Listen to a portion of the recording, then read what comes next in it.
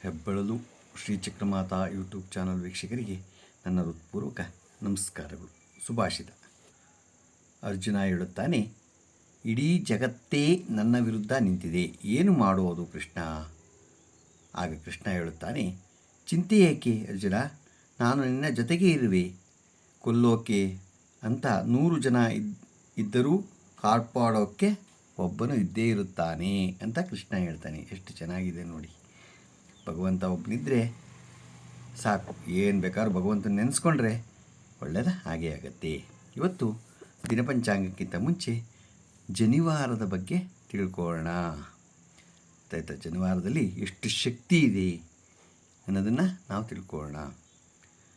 ನೋಡಲು ಹತ್ತಿಯಿಂದ ಮಾಡಿದ ಕೇವಲ 100 ನೂಲು, ಆದರೆ ಇದರ ಶಕ್ತಿ ಅನಂತ. ಪರಮಾತ್ಮನು ನಮಗೆ ನೀಡಿದ ದಿವ್ಯ ಅಸ್ತ್ರ. ಗೊತ್ತಾಯ್ತಾ?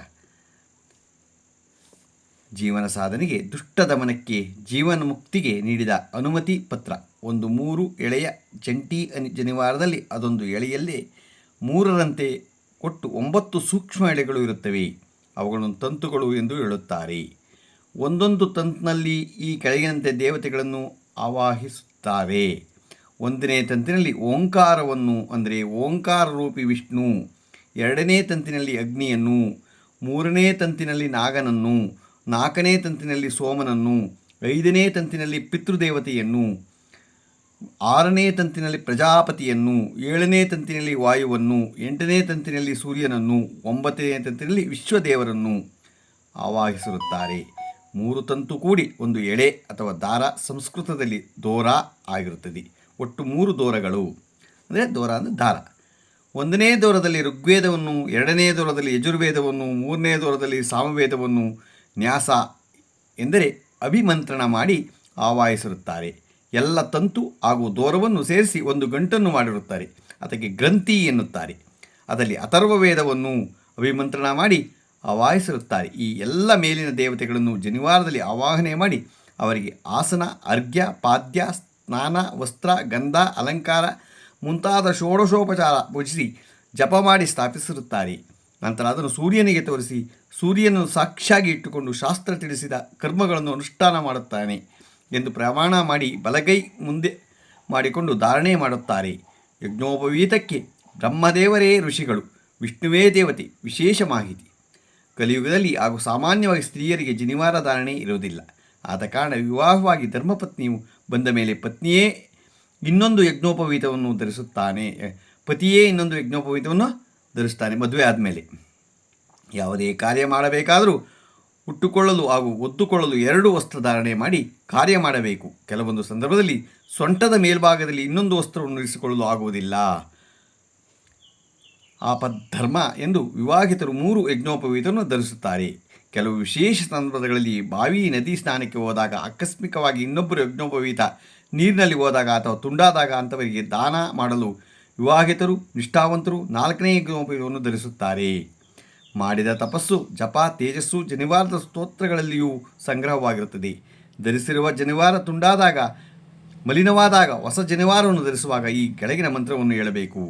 ಗಾಯತ್ರಿ ವೇದಮಾತಾಸಿ ಸೂತ್ರಾರೂಪೇಣ ತಿಷ್ಠತಿ ಪೂರ್ವಸೂತ್ರ ಗತಂ ತೇಜೋ ನೂತನಂ ಸ್ಥಾಪಯಾಮಿ. ಅಂದರೆ ಹಳೆಯ ಜನಿವಾರದಲ್ಲಿರುವ ತೇಜಸ್ಸು ನೂತನ ಜನಿವಾರದಲ್ಲಿ ಆವಾಹನೆಯಾಗಲಿ.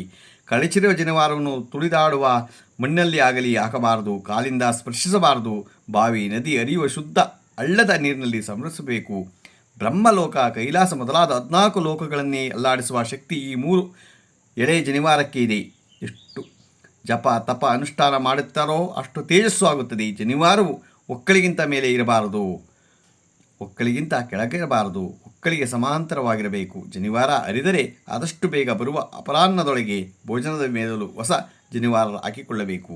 ಆದ್ದರಿಂದ 4 ಜನಿವಾರ ಧರಿಸಿದರೆ, ಒಂದು ಜನಿವಾರ ಅಕಸ್ಮಾತ್ ಹರಿದರೆ ಅದೊಂದು ಜನಿವಾರ ತೆಗೆದರೆ ಲೋಪವಾಗುವುದಿಲ್ಲ. ಬೇಗ ಪುನಃ ಹೊಸ ಜನಿವಾರ ಹಾಕಿಕೊಳ್ಳುವ ಅವಸರವೂ ಅಗತ್ಯವೂ ಇರುವುದಿಲ್ಲ. ಆದ್ದರಿಂದ ಕೆಲವರು ಮುಂಜಾಗ್ರತಾ ಕ್ರಮವಾಗಿ 4 ಜನಿವಾರ ಹಾಕಿಕೊಳ್ಳುತ್ತಾರೆ. ಗೊತ್ತಾಯ್ತು? ಜನಿವಾರ ಅಂದರೆ ಅಸಡ್ಡೆ ಮಾಡಬಾರ್ದು. ಗೊತ್ತಾಯ್ತಾ? ಆ ಜನಿವಾರ ಒಂದು ಸರಿ ಆ ಒಂದು ಬ್ರಹ್ಮ ತೇಜಸ್ಸು ಅದರಲ್ಲಿರುತ್ತೆ. ಗಾಯತ್ರಿ ಜಪ ಮಾಡಿಕೊಂಡ್ರೆ ನಿಜವಾಗ್ಲೂ ಎಲ್ಲ ಕಷ್ಟಗಳು ಪರಿಹಾರವಾಗತ್ತೆ.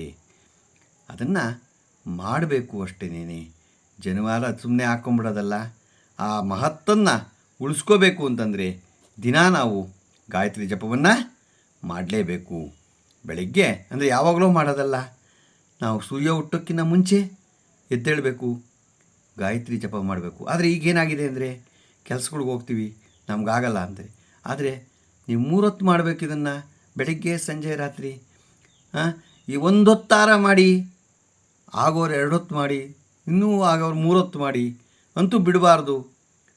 ಸಂಧ್ಯಾ ವಂದನೆ ಮಾಡಿ ಈ ಗಾಯತ್ರಿ ಜಪವನ್ನು ಯಾರು ಮಾಡ್ತಾರೋ, ಗೊತ್ತಾಯ್ತಾ? ಜನಿವಾರ ಹಾಕ್ಕೊಳ್ಳೋದು ಯಾವಾಗ?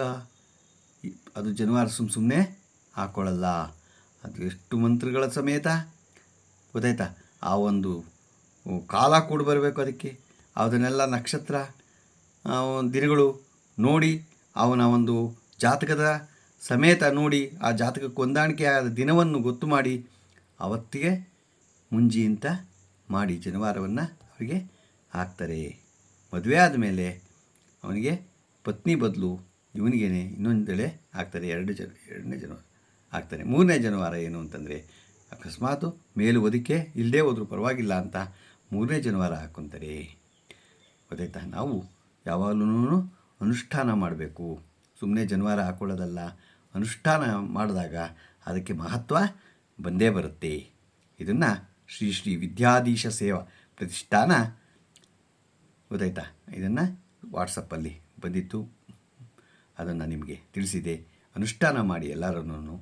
ಇವತ್ತು ದಿನ ಪಂಚಾಂಗವನ್ನು ನಾವು ತಿಳ್ಕೊಳ್ಳೋಣ. ದಿನಾಂಕ 1/5/2025 ಗುರುವಾರ, ಶ್ರೀ ವಿಶ್ವಾವಸು ನಾಮ ಸಂವತ್ಸರ, ಉತ್ತರಾಯಣ, ವೈಶಾಖ ಮಾಸ, ವಸಂತ ಋತು, ಶುಕ್ಲಪಕ್ಷ, ತಿಥಿ ಚೌತಿ, ತಿಥಿ ಚೌತಿ, ಹಗಲು 4:11, ನಕ್ಷತ್ರ ಮೃಗಶಿರ, ರಾತ್ರಿ 7 ಗಂಟೆ 4 ನಿಮಿಷ, ಮಳೆ ಭರಣಿ 2ನೇ ಪಾದ.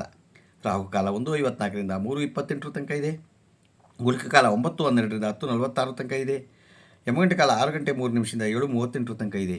ಇವತ್ತು ಯಾರು ಹುಟ್ಟುಹಬ್ಬ ಆಚರಿಸ್ಕೊತಿದ್ರು, ಮದುವೆಯಾದ ದಂಪತಿಗಳು ವಾರ್ಷಿಕೋತ್ಸವ ಆಚರಿಸ್ಕೊಂಡ್ರವರಿಗೆ ನಮ್ಮ ಹೆಬ್ಬಳಲು ಶ್ರೀ ಚಿಕ್ಕಮಾತಾ ಯೂಟ್ಯೂಬ್ ಚಾನಲ್ ಕಡೆಯಿಂದ ಶುಭ ಕಾಮನೆಗಳನ್ನು ತಿಳಿಸ್ತೀವಿ. ದೇವರು ಅವರಿಗೆ ಆಯುಸ್ಸು, ಆರೋಗ್ಯ, ಐಶ್ವರ್ಯ ಎಲ್ಲ ಕೊಟ್ಟು ಕಾಪಾಡಲಿ ಅಂತ ಕೇಳ್ಕೊತೀನಿ. ನಮ್ಮ ಹೆಬ್ಬಳಲು ಶ್ರೀ ಚಿಕ್ಕಮಾತಾ ಯೂಟ್ಯೂಬ್ ಚಾನಲ್ ಯಾರು ಸಬ್ಸ್ಕ್ರೈಬ್ ಆಗಿಲ್ಲ, ದಯಮಾಡಿ ಸಬ್ಸ್ಕ್ರೈಬ್ ಆಗಿ, ಲೈಕ್ ಕೊಡಿ.